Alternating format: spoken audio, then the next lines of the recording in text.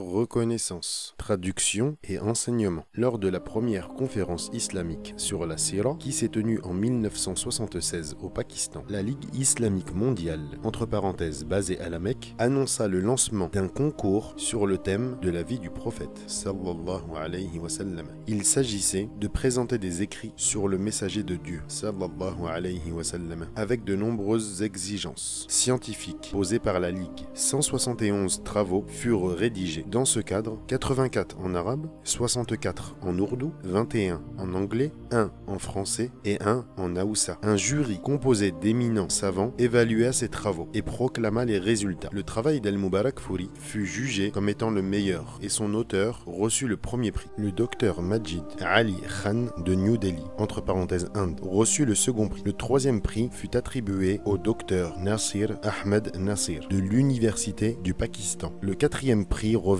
au professeur Hamid Mahmoud d'Égypte et le cinquième et dernier prix échut à Abdallah As-Salam Hashim de Médine. La Ligue islamique mondiale publia le travail d'Al-Mubarak Furi qui fut ensuite traduit en au moins 15 langues. Une traduction en langue anglaise de cet ouvrage a été éditée en 1995. C'est en 1999, semble-t-il, qu'une première traduction en langue française voit le jour. L'œuvre est alors traduite par le professeur Gueye, entre parenthèses Dakar, et éditée par Dar es-Salam. Le livre s'intitule Le Nectar cacheté. Bien que le travail soit révisé par Ben Brahim Mohammed Al-Amin, entre parenthèses Riyad, la traduction reste plutôt moyenne à cause de ses nombreuses fautes d'orthographe et de syntaxe. On y trouve même parfois des erreurs de traduction qui faussent considérablement le sens véritable de la Sira. Qui plus est, les notes de bas de page ont été complètement ignorées. En 2002, une nouvelle traduction voit le jour. Ce travail de qualité est effectué par Abd-ar-Razzaq Mahri qui intitule l'ouvrage d'Al-Mubarak Furi L'ultime joyau de la prophétie. Ce travail est alors édité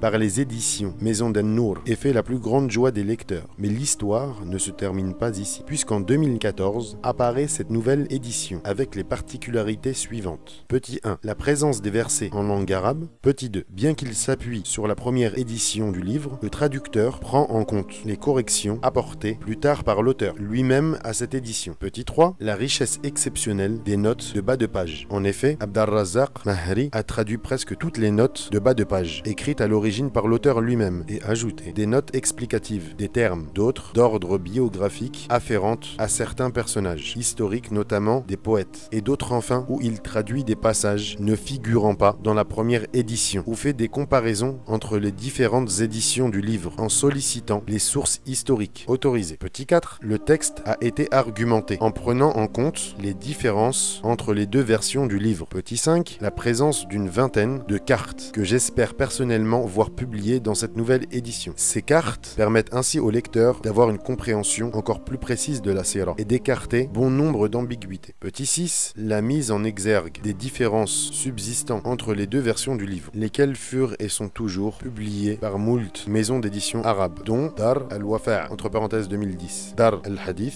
entre parenthèses 2010, Dar as-Salam entre parenthèses non daté, Dar ibn Hamz entre parenthèses 2010, Dar Ihya al-Thurat entre parenthèses non daté, Dar ibn Khaldoun entre parenthèses non daté, Dar al-Kutub al-Ilmiya entre parenthèses 1988, le ministère des Awqaf et des Affaires islamiques Qatari entre parenthèses 2017, etc. En effet, des segments de la matière du livre ont été transposés hors de leur place primitive. Des paragraphes qui faisaient partie du corps de la première édition ont été retirés. Nonobstant la sollicitation de certaines sources comme Fiqh as-Sira de Mohammed al-Ghazali, les notes de bas de page qui y renvoient ont purement et simplement été supprimées. Or, il est peu probable que de telles modifications soient toutes l'œuvre de l'auteur lui-même. Aujourd'hui, l'ouvrage d'Al-Mubarak Furi, Ar-Rahiq al-Makhtoum, entre parenthèses le nectar cacheté ou l'ultime joyau de la prophétie, est considéré comme la référence première et incontournable dans de nombreux instituts musulmans en France, comme l'Institut Usul ad-Din ou l'IMED, entre parenthèses l'Institut musulman d'enseignement à distance. Professeur Shakil Siddiq, le 18 février 2014, entre parenthèses 19 Ar Rabi' al-Thani de l'an 1435. Cheikh Shakil Siddiq est chercheur en sira, entre parenthèses, vie du prophète, et fondateur du site al-amin.fr, le premier site français exclusivement dédié à la sira du prophète sallallahu alayhi wa sallam. Actuellement, il enseigne à l'Institut Usul ad-Din, à l'ISIO, entre parenthèses, l'Institut des sciences de l'islam d'Orly, et à l'IMED, entre parenthèses, l'Institut musulman d'enseignement à distance.